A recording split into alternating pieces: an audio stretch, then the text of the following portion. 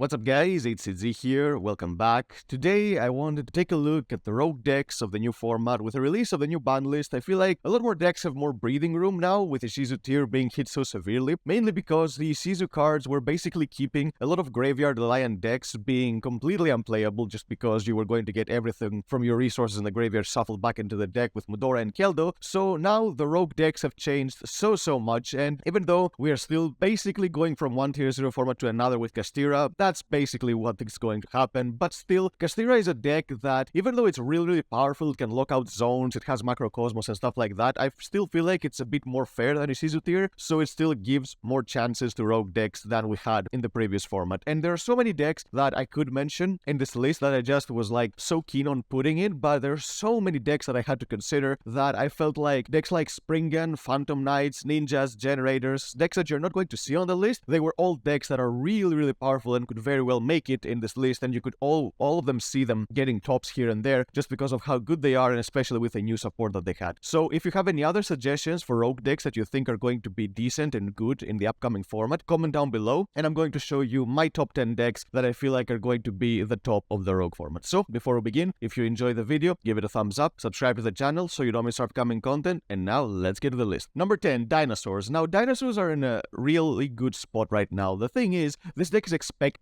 more support very soon with a new deck building set that we just got revealed from the OCG, and the new dino cards that we saw are so powerful, it's not even funny. So you're going to see this deck like skyrocket in popularity really soon, but for now, it's still at a decent spot. I feel like it has a really good Castira matchup just because of the token that you can give to your opponent with Lost World, and with this token, you're basically saying that your opponent is not going to be able to get the free special summon of like Fenrir or Unicorn and all that stuff, so it's not that bad against Castira, but I feel like again, the deck does lack a little bit right now, but when the support comes out, you can expect this deck to become really powerful. So if you're a Dino fan, don't get disheartened that the deck is now at number 10 right now, because it could very well be at the top 3 of a list like this, or even the top 10 meta decks falling down the road. Number 9, Madolche. Now Madolche is a deck that can very well play a lot of cards that can hate on Castira, which is basically, if you feel like the trend of anything, like we used to say which decks could beat Shizu tier, now we're seeing if decks can beat Castira, which is of course going to be the most represented deck down the road, so rogue decks have to be prepared mainly for that, but for other stuff too. And this deck can play cards like Gozen Match like very easily. It was a main deck card even before, and Gozen Match is really good against Castira because all of their monsters have different attributes. This deck can also play D-Shifter, which is not as important as it used to be, because Shizu tier is not going to be nearly as popular as it used to be. It's still going to be playable, don't get me wrong, but it's nothing compared to what it was last format. But again, D-Shifter is a card that not Castira but other decks are going to fall victims to, because if you're not prepared for a card like this, especially now that you're thinking that a lot of people are not on it just because it's not as powerful as it used to be because Shizu tier is not tier 0 anymore, you're still going to lose to a single D-Shifter, and this is a card that Madolche can play really well. Combined to the fact that this deck has one card combos that can search Disruption going first and OTK very quickly going second, I feel like we have a really good deck in our hands. So Madolche, I'm really hyped to see exactly what people are going to do with it. And the thing about this deck is that I feel like people that play Madolche are the most dedicated players. You have to be a really big fan of the deck in order to like it right now, so that people who play the deck know the ins and outs of the deck, so you know exactly that if you're playing against the Madolche player, more often than not, they're playing it really well. Number 8, Evil Twins. Now, Evil Twins are in a weird spot. I feel like the deck got worse than better with the release of the new ban list, and there are a couple reasons. Mainly, the Sprite Elf getting banned was not the biggest hit for the deck, but Artifact Scythe getting banned was the biggest hit. This deck doesn't really care about Elf because it has its own Link 2s to go after using the Sprite combos, so it wasn't even using Elf all that consistently before. But banning Scythe, this is something that the deck is going to get hurt by really much, because you had the combos being able to get summon Lila during your opponent's turn, and after you've used your Dark Dump during your own turn, you were popping the Scythe. It was a very consistent combo, which of course is a win condition that the deck doesn't have anymore, but the deck again, it can use the Sprite engine really well even without Elf, and it's already really powerful on its own, so I still feel like it's a really good rogue deck. I just wish that the deck had more kind of a win condition on its own, which would not rely on Scythe so much. So we have to wait and see if people pick up the deck again after the banning of Scythe and exactly how they're going to innovate to make this deck work. So it would have been a lot higher in the list if Scythe was not banned, but since it is, we're putting it at number 8 for now. Number 7, Rika Plant. Now this deck got kind of extinguished, I would say, after it won the WCQ, but still, it's a really powerful deck. It can main deck a lot of cards that can use a lot of stuff really well. So I feel like the reason people stopped playing it so much is because this deck was kind of like an answer to Mystic Mine, with only the effects that contribute their own monsters, so Mystic Mine was basically dead against against this deck because you could always clear your field on your own, and now that Mystic Mine is banned, people don't really see the point of playing the deck, but I still feel like the deck is really good. It's just that it doesn't have that big of a purpose compared to what it used to, because now without Mystic Mine, there are better decks that can do basically the same thing, which are trying to build a board and make sure you control the tempo of the game. But again, plants are a deck that have so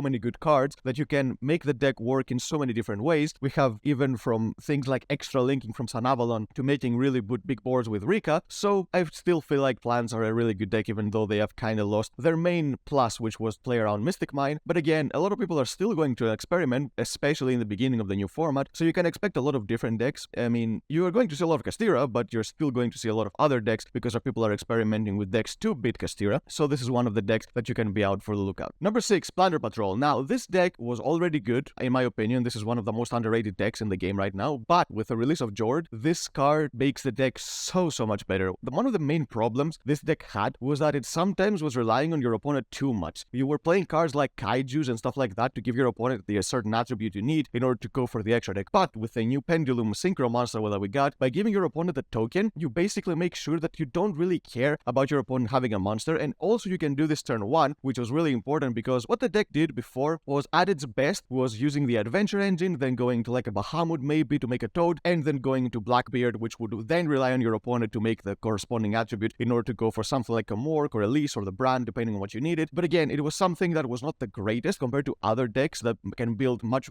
better boards. But now, because of Jord, you have the tools to make so many more plays, and I'm excited to see exactly how Plunder Patrol players make the deck work, because we have seen this deck top events in the past, I mean, way before the Tier 0 format, of course, but again, this deck is still something that people really like, they know how to play, they know how to build, and we're going to see it a lot down the road. Number 5, Exorcists. Now, Exorcists was a deck that was mainly used to counter the Shizu tier, just because the nature of the deck is to counter effects that move cards from the graveyard. The thing is, a deck that already had such good matchup was all forced to play even cards like Necro Valley, so all the graveyard hate was there, but when it faced other decks, it was kind of lackluster, because when you were facing something that was not relying on the graveyard, all of your effects that of the actual archetype you're playing and of the cards you're playing as kind of like techs were already dead. But now that we don't have to worry about Isizu tier anymore, we can have a deck that on its own counters the graveyard really well, but now we can tech cards to beat other matchups that don't rely on the graveyard instead of playing more graveyard hate like Necro Valley. So this deck can kind of counter everything in a sense, if you know what I mean. So I still feel like the deck can do a lot, even though it's not a hard counter to the best deck right now like it was last format. But again, because of the nature of the deck, you can play cards that counter Castira, cards like Book of Eclipse, Swords of Concealing Light, Nibiru, and all that stuff. So you have a deck that has the room for really good tech cards while also countering the graveyard in case you face a deck like that. So I still feel like Exorcists are really good, so we're going to see that as well. Number 4, Drytron. Now, you're seeing Drytron again because I'm sure you have probably forgotten that the deck existed, and I did pretty much the same for the previous format, and the main reason is what I spoke of at the beginning of the video, because of the Ishizu cards. The Ishizu cards basically shuffling your graveyard every single turn back into the deck meant that the deck like Drytron had nothing to do. All you have are Drytrons affecting the graveyard that if you are not able to resolve, you are not getting to tribute your Bentons, you are not getting your pluses, you don't have follow-up, you don't have Xyz plays, you don't have anything. So now that the Ishizu cards are all at 1, they are not going to be nearly as consistent as they used to be, if at all, if people try to play them in any deck than other than tier or even tier as well. So Drytron is a deck that now can actually breathe and play the way it wants to. So we all know that Drytrons are a deck that if you allow them to play, they can build some really nasty boards with a lot of negates, and now that they have the room to do so, we're going to see it again in the scene. Number 3, Naturia. Now, Naturia took a big hit with the Ishizu cards. It was one of those decks that, aside from tier elements, they could use the Ishizu cards really well, mainly because they were earth monsters, but that doesn't mean that the deck is dead, because yes, you were relying on these cards a little bit to be like more unfair than some other decks, but the deck with the support that it has, it can actually make some really good boards, and even with the Ishizu cards being at 1, I don't feel like this is going to stop the deck. Yes, it's definitely worse than it used to be, and before we would have it like in the top 10 meta decks of the format in the previous format, not in the rogue tier list, but again, I still feel like the deck is really good. We're going to see people still try it, and that goes for tier as well, because especially for the beginning of the format, for the first few weeks, people always try to pick up decks that got worse because of the ban list. It's what just drives us to try to make the decks that are considered kind of dead or really bad after a ban list work again. So at least for the first few weeks, you're going to see Naturias being played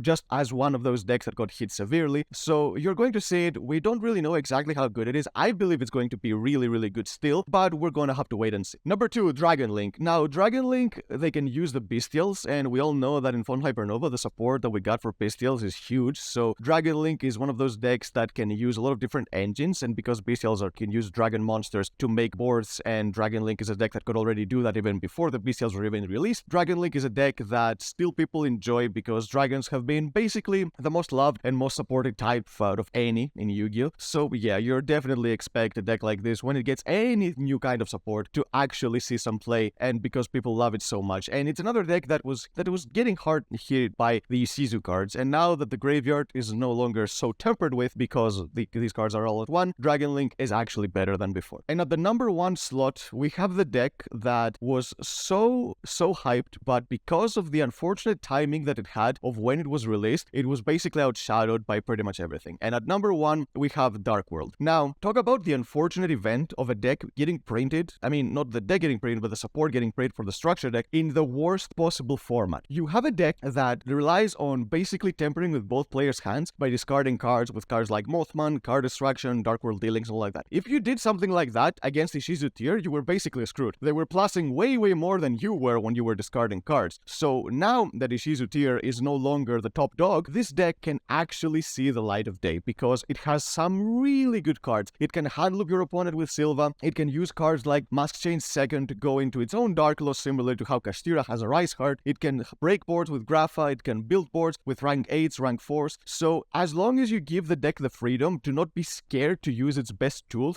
and its best card like Card Destruction, the deck can do so much. So now that we don't have Ishizu tier being a tier 0 deck, I still feel like Dark Worlds are going to be really good. They were going to be really good on release. It was just that the format was not meant for a deck like this at the time, but it was only a matter of time before Konami hit Ishizu tier, and Dark Worlds are now going to make their surface. So if you're a fan of the deck and you were disheartened that the deck was actually really bad in the previous format, now it's time to pick it up again, make good use of all those broken effects that you have, that you don't really care if you discard cards from your opponent's hand now so much than you did before. So yeah, the deck is going to be really good, and I have it at the number 1 slot. So yep, that's the list, guys. Comment down below again if you have any other thoughts of any other decks that could be really good rogue strategies for the upcoming format. Again, there's so many decks I could have mentioned that I just did as honorable mentions at the start of the video, but I'm sure there are even more decks. And before you comment about any deck, make sure that it's not in the top 10 meta decks that we have covered in the previous video for the new format, and let's see exactly what other decks can do well in this format. So yep, that's the video, guys. If you enjoyed it, give it a thumbs up, subscribe to the channel so you don't miss our upcoming content, and we'll see you next time.